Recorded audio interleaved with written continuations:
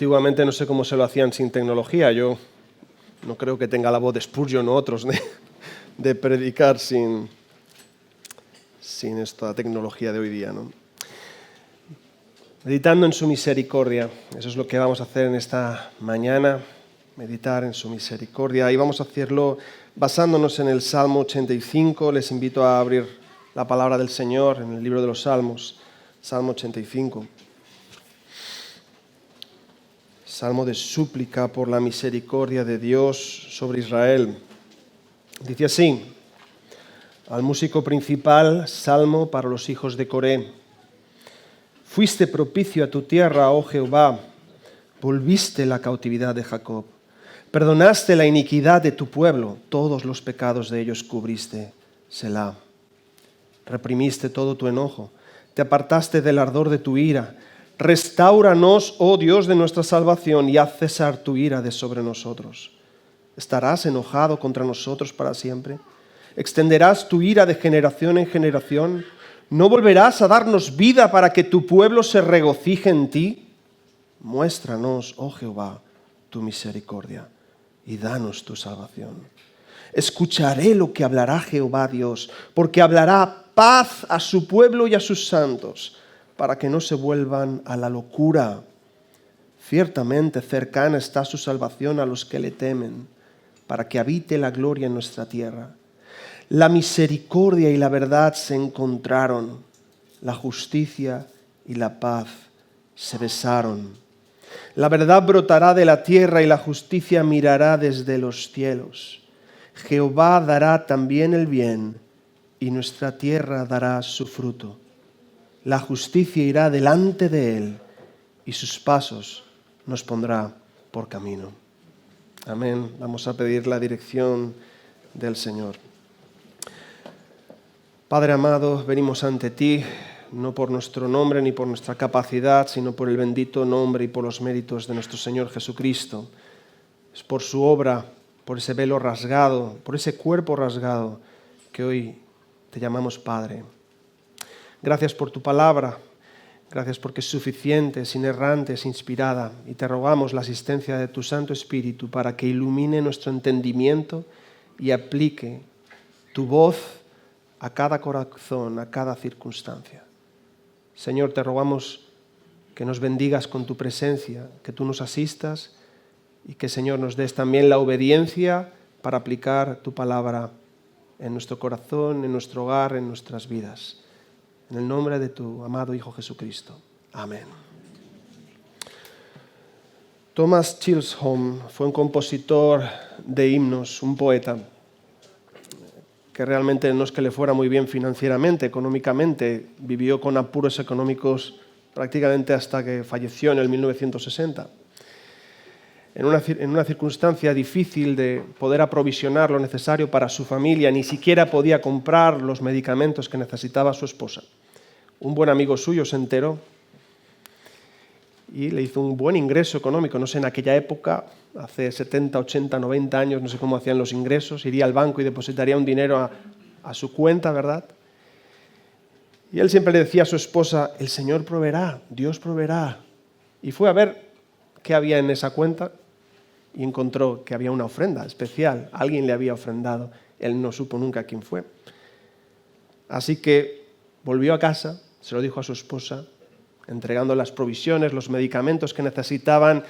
Se sentó, no sé si en su escritorio, si tenía un piano, no sé dónde se sentó, pero se sentó a escribir el poema de «Oh, tu fidelidad». Oh Dios eterno, tu misericordia ni una sombra de duda tendrá. Tu compasión y bondad nunca fallan, y por los siglos el mismo serás. En esta mañana vamos a meditar en la misericordia de Dios, porque es clave viendo el esquema de este salmo. Requerimos meditar en la misericordia de Dios para poder elevar nuestras súplicas delante de Él y, por lo tanto, esperar la respuesta, esperar en su misericordia. Ese es el esquema del sermón para los que tomáis nota o os hacéis esquemas mentales. Primer punto, meditar en la misericordia de Dios es el fundamento para elevar nuestras súplicas presentes y para esperar en su misericordia futura. Ahora tenemos que, antes de adentrarnos en el salmo en cuestión, que todos estáis con el versículo 1, ¿verdad? Es importante no olvidarse los títulos, las sobrescripciones que tienen los salmos. La mayoría de salmos las tienen, esos titulitos que no sabemos muy bien para qué son, ¿sí? A veces parecen indicaciones musicales, a veces nos dicen en qué momento de la liturgia del culto se tenían que aplicar, si era una canción, si era un salmo, el nombre de las personas que iba referido para que lo cantaran. En este caso, el título se titula así, el salmo se titula así, al músico principal, salmo para los hijos de Coré. ¿Quiénes eran los hijos de Coré? Los hijos de Coré eran levitas de la familia de Coat y para la época de David se dedicaban al ministerio musical. Lo podemos leer en 2 de Crónicas 20:19.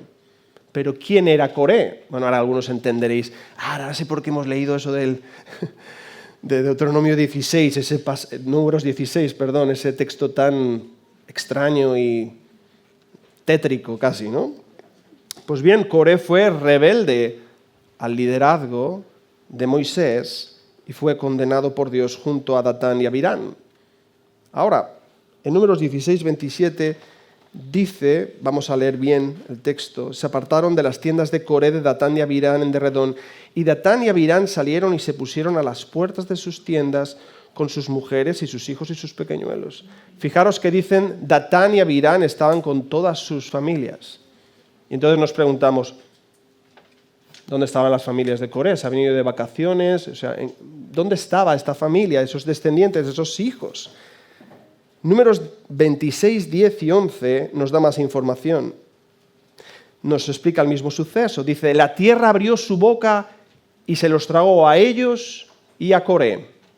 Cuando aquel grupo murió, cuando consumió el fuego a 250 varones para servir de escarmiento, para que aprendieran la lección.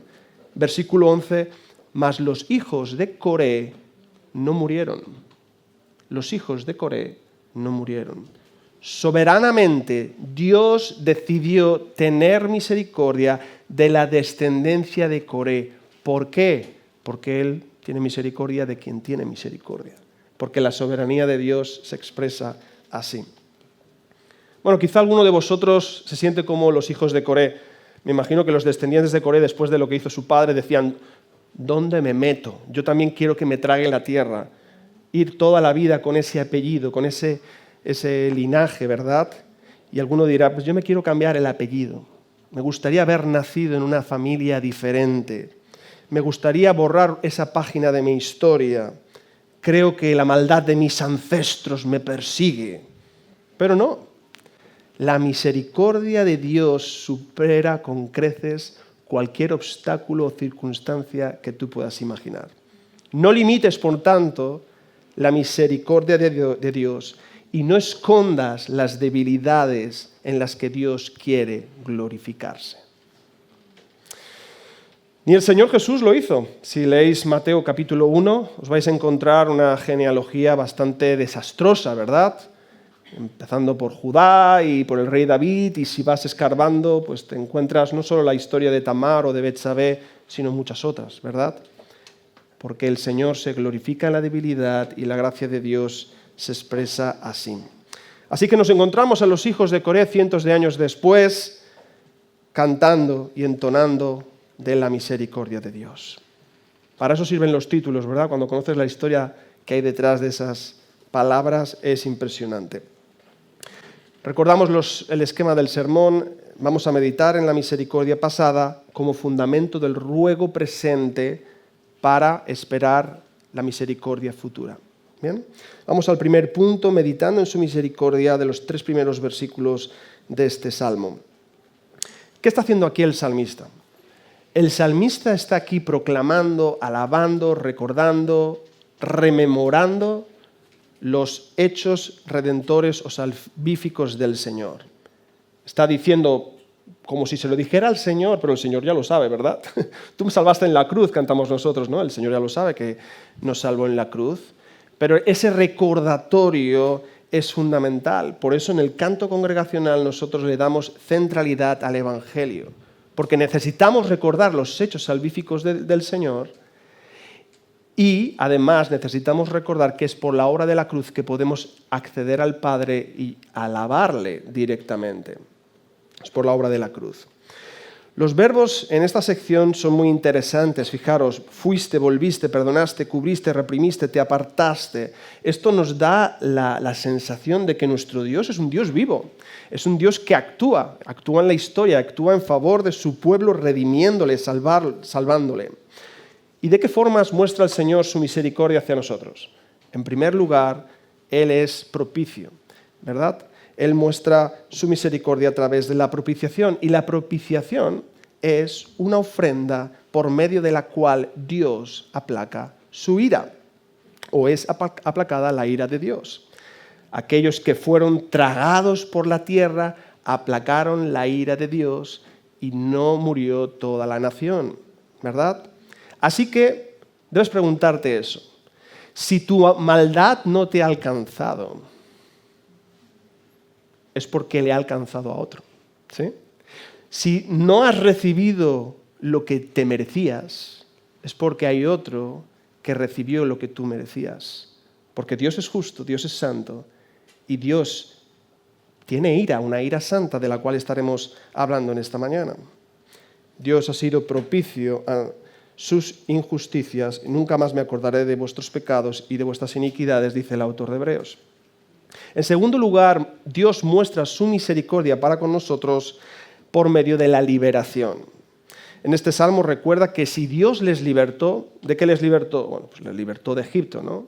Egipto es la imagen por excelencia de esa esclavitud que todos los hijos de Adán tienen hacia el pecado, ¿verdad? Y por lo tanto es Cristo, el verdadero Moisés, el último Moisés, quien nos libera de esa esclavitud. Cristo es el que vino y se llevó cautiva la cautividad. Esclavizó a aquel que nos esclavizaba. Mató a aquel que nos mataba. Y hoy podemos cantar como libres que fueron esclavos.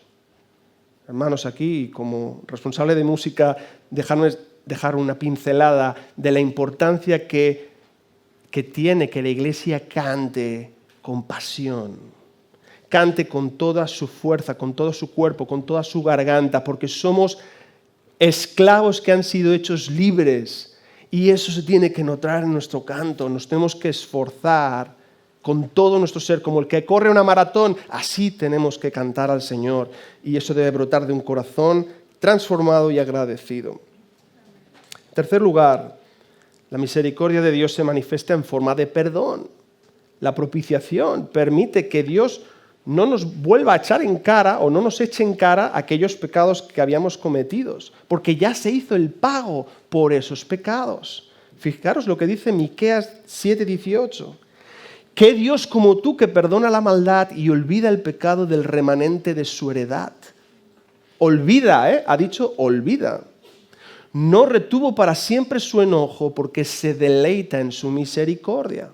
Él volverá a tener misericordia de nosotros, sepultará nuestras iniquidades y echará en lo profundo del mar todos nuestros pecados. En cambio, tú traes a la memoria tus pecados y te martirizas una y otra vez. Pero si ya has sido perdonado, si ya has sido redimido, tienes que dedicar tus fuerzas a meditar en la misericordia de Dios, no en lo malvado que fuiste antes de Cristo, porque tú has muerto con Cristo y tú has resucitado con Cristo y tú eres nueva criatura en Cristo. Las viejas cosas pasaron, he aquí son todas, no algunas, todas hechas nuevas. No dediques ni un segundo a pensar y en meditar en lo que fuiste antes de Cristo. Eso ha sido sepultado, eso ha sido olvidado, eso ha sido borrado. En cuarto lugar, la misericordia también se muestra en nuestro favor en que Dios nos cubre. Dios nos cubre. Dios nos cubre por causa de quién es Él y Dios nos cubre por causa de quiénes somos nosotros. Y Dios es inmutablemente santo. Dios continúa siendo santo, santo, santo, y sabemos que en Él no puede morar el pecado. Y lamentablemente, a este lado de la gloria, nosotros continuamos siendo pecadores. Pecadores arrepentidos, sí, pero pecadores, inclinados al mar. Y requerimos ser cubiertos por un manto de justicia que no es propio. ¿Estarán de acuerdo los papás y mamás que en nuestras mochilas siempre tiene que haber un ingrediente que no puede faltar? Son las tiritas, ¿sí? No sé cómo se dice en otros idiomas, pero las tiritas son eso que te pones encima, ¿no? Cuando te haces una pupa, cuando te haces daño. Los niños pequeños necesitamos tener eso en nuestros bolsos, en nuestras mochilas. Sobre todo si son con dibujitos, colores especiales. Cuanto más chulos, decimos aquí en España, cuanto más bonitos, más poderosos y mágicos son las tiritas. Si son de Spider-Man, ya quita todo dolor y quita toda la sangre que pueda haber ahí. Bueno, el Señor tiene mucho más que una tirita, tiene una gran tirita, que es el manto de justicia de Cristo, que no nos tapa una zona de nuestro cuerpo, nos tapa completamente. Y no solo nos cubre, sino que nos sana de verdad, nos transforma de verdad. Necesitamos ser cubiertos por causa de su santidad. Recordaréis aquella ocasión que Moisés quiere ver la gloria de Dios. Y Dios le dice, no podrás ver mi rostro porque no me verá hombre y vivirá. Y en la misericordia del Señor le dice, pero bueno, he aquí junto a mí, tú estarás sobre la peña, y cuando pase mi gloria yo te pondré en una hendidura de la peña y te cubriré con mi mano hasta que haya pasado. Fijaros que no podemos estar delante de la presencia de Dios porque no somos perfectos, no somos santos como Él es santo, pero en la misericordia de Dios hay una forma de esconderse en la peña, en la roca, para que podamos estar delante de la presencia de Dios. Obviamente esa roca es Cristo, que es partida y somos introducidos y escondidos en esa roca eterna para que podamos estar cerca de la gloria de Dios. Y necesitamos ser cubiertos por causa de nuestro pecado. Me encanta la historia de Jacob y Esaú. ¿Recordáis? No sé cuál es más sinvergüenza, podríamos decir, ¿no? Sí, Jacob y Esaú. Pero en esas historias vemos destellos del Evangelio por doquier. ¿Sí? Ahí cuando Rebeca le dice a Jacob, yo tengo los vestidos preciosos de Esaú y yo te los pondré y entonces tú pues engañarás a tu padre y te dará la bendición. Y eso es lo que hace. Y por los vestidos preciosos, dice el texto en Génesis 27, es que Jacob recibe la bendición que le pertocaba a Esaú. Eso mismo ha hecho el Señor Jesucristo con nosotros. Nuestro hermano mayor, no le hemos tenido que robar nada, nuestro hermano mayor nos ha dado sus mantos de justicia para que ante la presencia del Padre nosotros recibamos la bendición, una bendición que no merecemos y con una justicia que no es nuestra. Entre el versículo 2 y el versículo 3 encontramos esa palabra que se llama Selah y que muchas veces pasamos por alto, pero vamos a profundizar un poco en ella. ¿Qué es un Selah? Será importante si aparece en los Salmos 71 veces y 3 veces en el canto de Habacuc. Alguna importancia tendrá. Para San Agustín era dentro del canto un tiempo de silencio, una sagrada pausa del salmista para presentar una verdad importante o para o introducir un nuevo pensamiento. Es un silencio completo o un espacio musical. ¿Para qué sirve esos momentos que a veces también instrumentalmente hacemos partes instrumentales donde no canta la congregación? No es un espacio para el lucimiento de los músicos, es un espacio para que meditemos y repitamos en nuestro corazón aquello que acabamos de cantar. ¿Sí? Los presidentes estarán diciendo, me ha gustado esto de Selah, ahora yo seré el más original y antes de los cultos diré, pongan los móviles en estado Selah. Y los padres dirán, niño, guarda un poco de Selah, por favor. Realmente el tema del silencio es un asunto que hoy día incomoda. Nadie le gusta el silencio. Yo muchas veces en el trabajo que hacen minutos de silencio, yo estoy mirando ahí Pero yo creo que al segundo 26 ha acabado el minuto de silencio. Hoy día no gustan los silencios, pero los silencios no son malos, ¿sí? Sacando los silencios de otras religiones con esos conceptos pues eso, de meditación trascendental y todo eso. Hace un año más o menos hice la asignatura de disciplinas espirituales y con el Dr. Winnie nos enseñó pues, la importancia de tiempos de quietud, tiempos de silencio.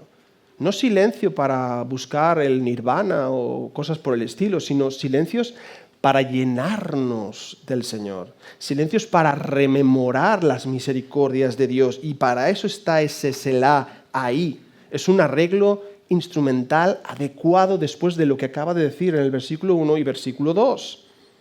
Y el versículo 3 nos introduce al contenido que tendrá el ruego. Reprimiste todo tu enojo, te apartaste del ardor de tu ira. Y entramos ahí al ruego presente, el ruego presente fundamentado en haber meditado en la misericordia de Dios. Calvino comenta de esta sección lo siguiente: nada contribuye de manera más efectiva para alentarnos a llegar al trono de la gracia que el recuerdo de los beneficios anteriores de Dios. Nuestra fe sucumbiría inmediatamente ante la adversidad y la tristeza ahogaría nuestros corazones si no se nos enseñara a creer por la experiencia del pasado, que Él se inclina a escuchar las oraciones de sus siervos. Es cierto, como dice el autor de Hebreos, que horrenda cosa es caer en manos del Dios vivo, pero tenemos que ver la ira, que sale mucho en este salmo, en el contexto de toda la Escritura y mostrando que la ira de Dios no es como la de los hombres. La ira del hombre no obra la justicia de Dios, pero la ira de Dios sí obra la justicia de Dios, porque es una ira santa. Además, si lo pensamos bien, la ira de Dios nace del amor de Dios. Esto a alguno le habrá dejado como no puede ser. Sí, la ira de Dios nace, brota del amor de Dios. Del amor de Dios por su santo nombre. Del celo de Jehová de los ejércitos por su gloria, su nombre. Estamos en un contexto de pacto, de una relación pactual entre Dios e Israel, regulada por maldiciones y bendiciones. Si eran desobedientes, recibían unas maldiciones. Si eran obedientes, recibían unas bendiciones. Lo podéis leer en casa en Deuteronomio 28. Estas maldiciones eran una especie de disciplina paternal. A veces era el exilio, el hambre, la esclavitud. Obviamente esto no lo hacemos nosotros con nuestros hijos, no les enviamos, niño, vete al exilio a tu habitación. Estas cosas nosotros no las hacemos igual, pero en el sentido de Dios con su pueblo es un tipo de disciplina paternal, porque lo que busca no es malo, lo que busca es que Israel volviera a la relación de pacto, volviera al camino correcto. Era un instrumento amoroso de Dios para hacer volver el corazón de su pueblo a amar a su Dios. Porque al fin y al cabo, la cuestión es una cuestión de gozo, de deleite. El problema fundamental con el desagrado de Dios hacia tu vida es cuando tú te estás deleitando en otra cosa más que en Dios. Cuando tú estás sustituyendo a Dios en la escala de prioridades. ¿Sí? Y no nos engañemos, nos fascinan las mismas cosas que les fascinan a la gente del mundo. Esperamos los mismos estrenos cinematográficos, experimentamos la misma euforia futbolística, yo ahí el primero, deseamos las mismas marcas de ropa, y cuando decimos deseamos es que deseamos, o sea, es que no nos podemos poner otra marca, tiene que ser esa marca, ¿no? Imitamos las mismas superestrellas, nos preocupan los mismos aspectos hacia nuestros hijos que le preocupa a la gente del mundo, nos exhibimos como todo el mundo en las redes sociales, nos gozamos en nuestros logros y reconocimientos, promocionamos todo lo que lleve nuestra marca personal. Nos deleitamos en los mismos ídolos que se deleita el mundo. Y Dios es celoso de su gloria. Dios ama a su pueblo y quiere un pueblo fiel. Y quiere un pueblo que le tenga a Él como prioridad. Y que crea y experimente que Él es mejor que la vida misma. En esta sección nos encontramos hasta 5 veces las palabras enojo e ira. Enojo e ira. Sé que es un tema políticamente no correcto. Cuando se habla de ira, pues la gente dice, este es un iracundo, que se va a hacer terapia, ¿no? Pero la ira que nosotros entendemos, así como el temor, es muy diferente de la perspectiva bíblica. La santidad de Dios le lleva a irarse. Si no fuera así, su justicia no sería santa y su santidad no sería justa. Él no puede ver el mal y dar la espalda. Bueno, no podemos hacer nada, el mundo es así, ¿no? Él no puede quedarse impune, indiferente ante la maldad. Hay una reacción en su propio ser de repulsión hacia el mal. Ahora bien, debido al conocimiento experiencial que tiene el salmista de su Dios, de las misericordias pasadas, es que el salmista puede decir, muéstranos tu misericordia. Él sabe que han pecado, ellos saben que han pecado, ellos saben que la ira de Dios es una respuesta natural y merecen esa ira, pero pueden clamar, danos tu salvación, danos aquello que no merecemos y no nos des aquello que merecemos. Y esta es la esencia del Evangelio de la gracia, donde Dios nos da a su Hijo como Cordero de Dios que quita el pecado del mundo. Es ese Cordero clavado en la cruz que recibe toda la ira de Dios para que nosotros recibamos la bendición del Padre. Porque la gracia de Dios no es solo que recibamos lo opuesto de lo que nos merecíamos. Cuando hablas con alguien, ¿qué es la gracia? Bueno, es el don del cielo, es el regalo de Dios, es recibir algo que no merezco. No solo es eso la gracia. La gracia es no solo que tú recibes algo que no merecías, sino que otro también recibió algo que no merecía. Porque Dios sigue siendo santo, Dios sigue siendo justo y Él no tendrá por inocente al culpable. Por lo tanto, ¿qué pasa con las consecuencias de nuestros pecados? Si tú no las pagas, ¿quién las paga? Cristo. Cristo satisfizo la ira de Dios. Así que tenemos diferentes formas de entender la ira de Dios. Tenemos la ira de Dios que es aplacada, que es satisfecha en el Cristo crucificado, una ira que estaba destinada a ti y a mí, al pueblo de Dios. Tenemos la ira de Dios, el desagrado de Dios, cuando pecamos contra Él y como padre al Hijo lo disciplina y le muestra su amor, al Hijo le muestra su amor de una forma que no nos gusta, pero que luego entendemos, ¿sí? Y nos atrae hacia Él. Y tenemos una tercera ira que es la que más te tiene que preocupar si no estás en Cristo, que es la ira del Cordero. La ira del Cordero.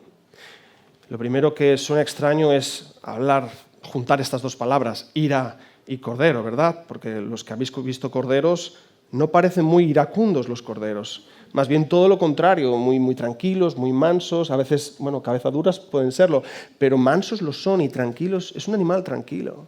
¿Qué está pasando? La ira del Cordero. El Cordero de Dios que quita el pecado del mundo, que fue crucificado en la cruz. Sí, entró con un pollino en Jerusalén, pero ¿cómo vuelve el Señor Jesucristo? En un caballo blanco. Es un cordero inmolado, pero que viene con espada de 2 filos y viene a pelear contra las naciones. ¿Cómo te encontrará? No subestimes, es un cordero que ruge como un león. Es un cordero que ruge como un león. Apocalipsis, ese evangelio, está escrito por el evangelista Juan. Todos dicen, Juan, me gusta Juan. Yo me acuerdo una vez hablando con una persona, ¿cuál es tu evangelio preferido? Juan, porque siempre habla de amor. Digo, wow, si leyeras el Apocalipsis, habla de amor. Bueno, la palabra amor sale 3 veces, pero la palabra ira sale 12. Así que la mala noticia es que si no estás en Cristo, escondido en Cristo, en esa grieta de la roca introducido, lo único que te queda es la ira de Dios, el juicio de Dios.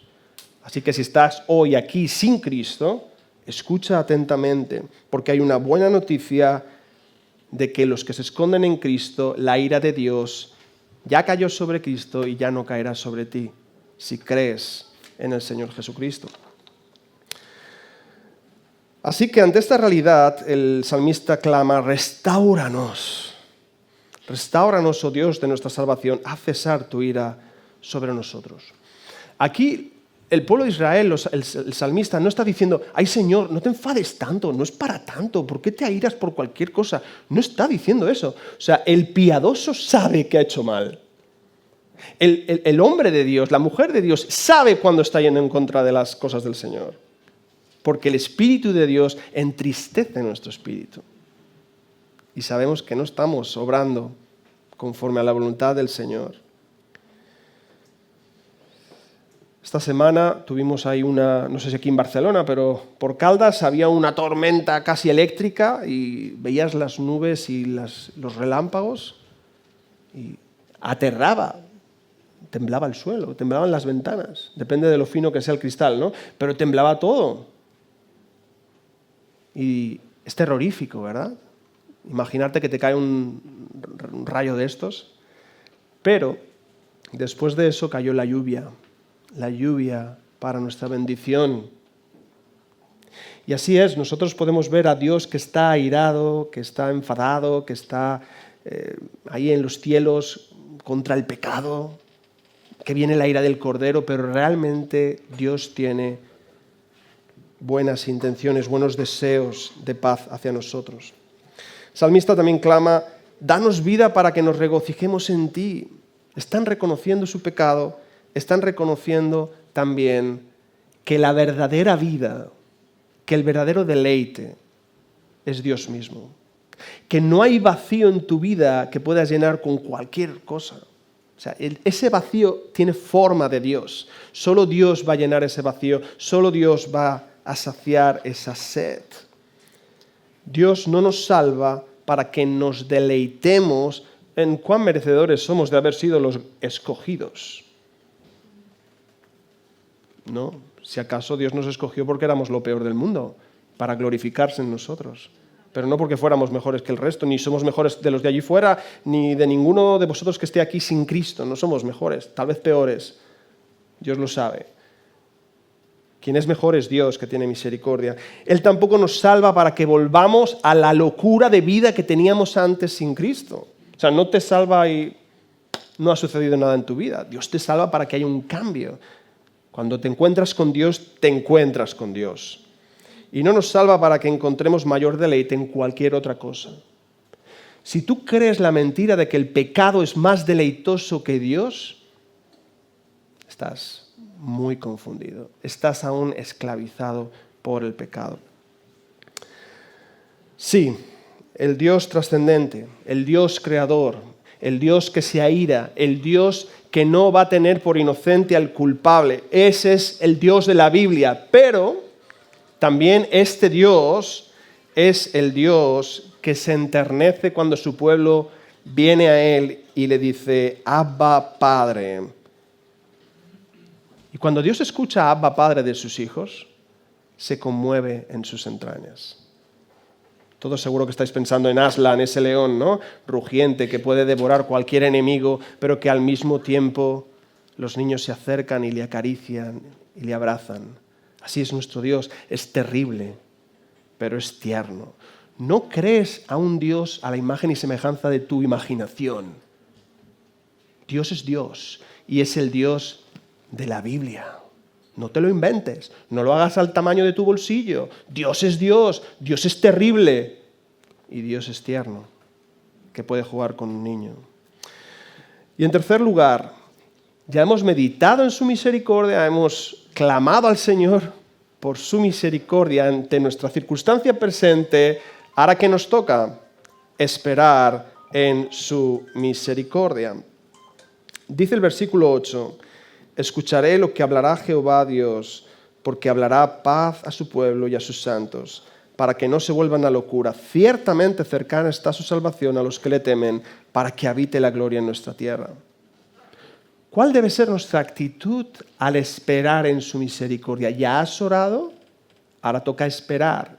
Pues debes estar en silencio, debes escuchar. Le decimos a los niños muchas veces, por favor, niños, hay turnos en la conversación.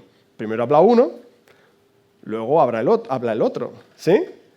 Pues lo mismo en nuestra relación espiritual, en nuestra oración con Dios, tú expones tu ruego, pero tú esperas en silencio, confiadamente, que Dios hable.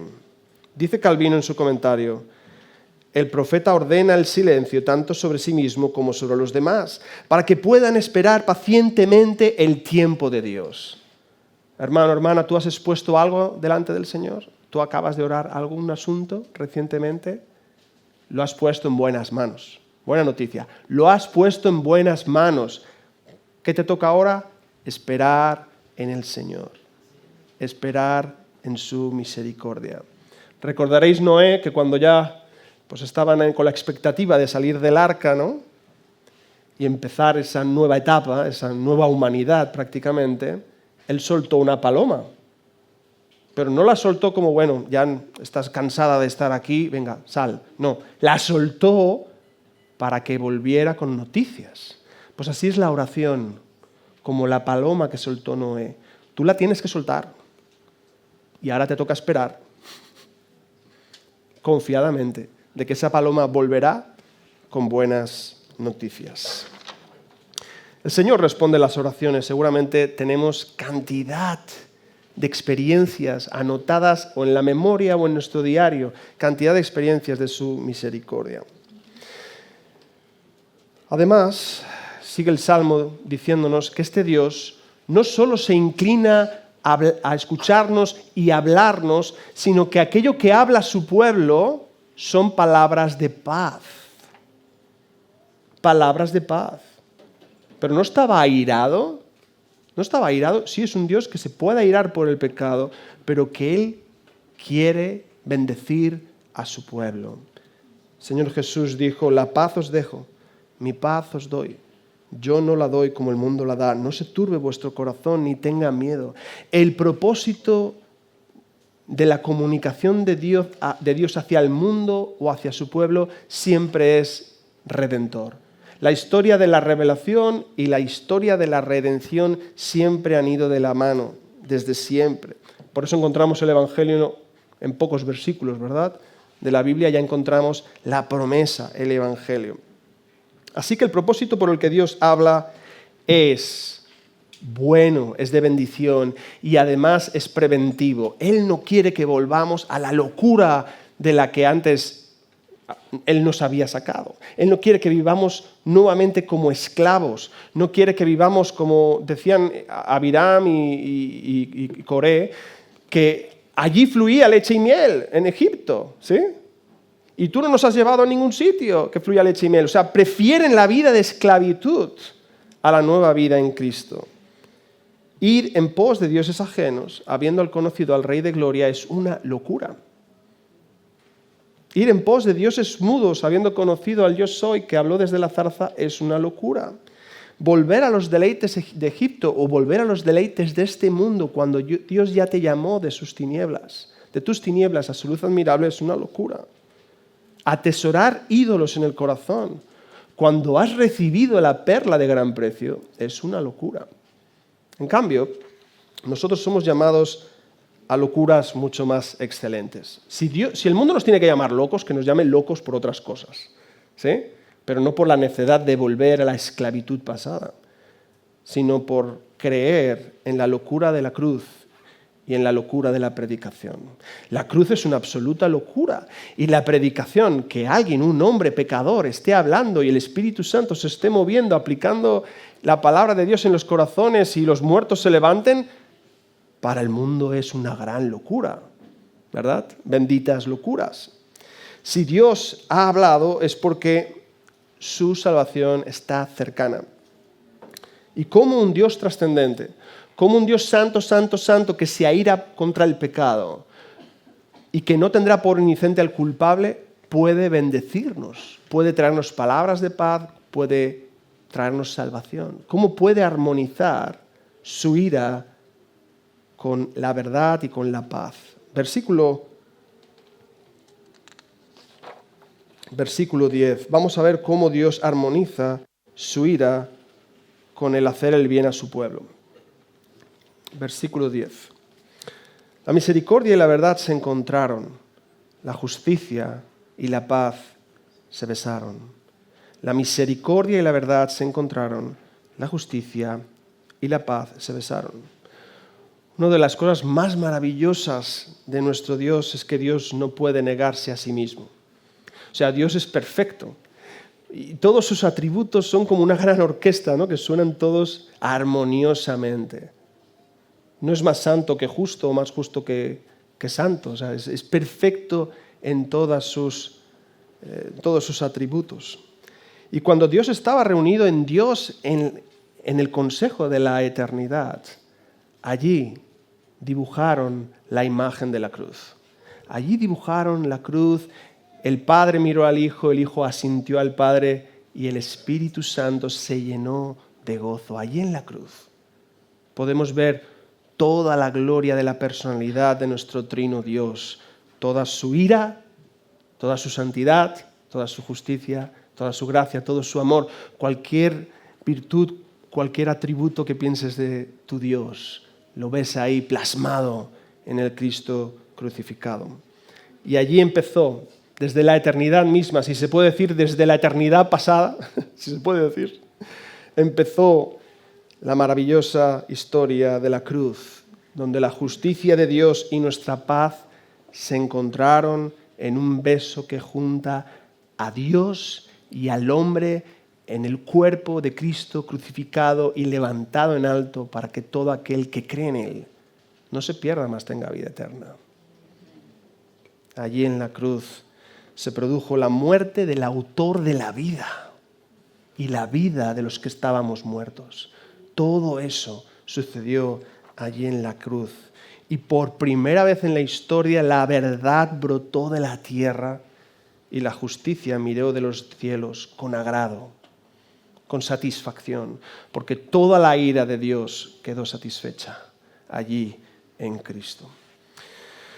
Siglos atrás, con el primer hombre, ese primer Adán, sabemos que ese primer Adán no dio la talla, ¿verdad? No superó la prueba del árbol, no superó la tentación de la serpiente. Pero en esta ocasión nos encontramos al segundo Adán. Nos encontramos a Cristo Jesús superando la prueba del árbol, superando la prueba de la cruz y transformando el signo máximo de maldición de aquella época, la silla eléctrica que sería para nosotros hoy tal vez, en el símbolo máximo de bendición. En nuestra delicia, en nuestro gozo, la cruz del Señor Jesucristo. Sí, a la vista es horrible, ¿verdad? Dos maderos cruzados, un hombre clavado, ensangrentado. ¿Ese es el árbol de la vida al que me estás diciendo que yo me acerque y coja de su costado y aplique la sangre a mi vida? Sí. Es lo contrario al árbol de la ciencia del bien y del mal, que a los sentidos y a la vista era deleitoso, era apetecible. Cuidado que hoy día todo es un trabajo de sentidos y cada vez la gente está más vacía, siendo esclava de los sentidos, de las percepciones. La percepción te va a engañar y vas a pasar por alto este árbol de la vida porque encuentras un hombre crucificado, sangriento, y vas a ir a otros árboles a coger fruto. Vas a morir. Pero si tomas del árbol de la vida, Cristo Jesús, vas a vivir eternamente. Besa ese árbol y toma de su costado esa sangre y aplícala a tu alma. En la cruz se efectuó el perdón de nuestros pecados y después vino un Selah como nunca ha existido y nunca existirá. Un silencio cósmico, una soledad infinita, una oscuridad terrible, cuando el autor de la vida se introdujo en la misma muerte. Dice el poeta Lope de Vega: de luto se cubre el cielo y el sol de sangriento esmalte. O padece Dios o el mundo se disuelve y se deshace. No había más opción, no había más alternativa. Toda la raza humana, todos los hijos de Adán hubiéramos ido al infierno al completo si el Señor Jesucristo no hubiera muerto en ese madero. ¿Y qué pensáis? ¿Que hubo grandes canciones? ¿Una gran sinfonía en ese momento? No, desde el cielo no se escuchó nada. Nadie dijo, este es mi Hijo amado en el cual tengo complacencia. No se escuchó eso. Tampoco los ángeles salieron a cantar, Gloria in excelsis. No. Una tétrica pausa en la sinfonía redentora que daría un glorioso desenlace con su resurrección y su victoria manifiesta. Es sobre la obra de esta cruz que no solo encontramos salvación, sino que también nos dota de todo lo que necesitamos para vivir en esta vida. Él nos recuerda, haced memoria, pueblo de Dios, si yo os he dado a mi Hijo Jesucristo clavado en una cruz, ¿cómo no os daré con Él todas las cosas? ¿Preocupado por el número de cuenta, que los ceros están después de la coma? ¿Preocupados por las chaquetas de los niños del próximo invierno? ¿O cómo conseguiremos comprar los libros para el colegio? ¿Preocupados que llevamos comiendo arroz y habichuelas todos los días y que la gasolina sube? Si yo os he dado a mi Hijo, ¿cómo nos daré todas las cosas junto con Él? La obra de la cruz es la base para el inicio de una nueva vida en Él, pero también para vivir en satisfacción, en gozo, en contentamiento cada segundo de nuestra existencia.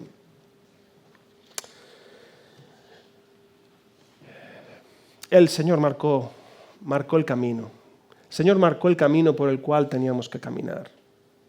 Nosotros somos discípulos del Señor Jesucristo. ¿Cómo podemos ir en pos de Él? Alguno dirá, es que es muy difícil ser cristiano. Y sobre todo en España. ¿Verdad? Se cuenta la historia de Bohemia, que Wenceslao, el rey de Bohemia, iba a hacer sus meditaciones en una fría noche de invierno, todo helado, todo nevado, a una pequeña capilla que había más allá y fue descalzo. Su siervo le tenía que acompañar. Su siervo estaba destrozado con los pies, imaginaros caminar descalzo por el hielo. Pero quería imitar a su rey. Ya no podía más y entonces el rey le dijo, pisa donde yo he pisado. Pon tus pies en la huella exacta donde yo he pisado en la nieve. Cristo ha dejado el camino marcado. Desde la cruz hasta la gloria puedes ver las huellas de los preciosos pies de nuestro amado Señor Jesucristo. No intentes llegar por tus propias fuerzas. No intentes llegar a tu manera, porque te vas a perder por el camino. No intentes innovar. Todo está escrito, todo está marcado. ¿El Señor Jesucristo se bautizó? Bautízate.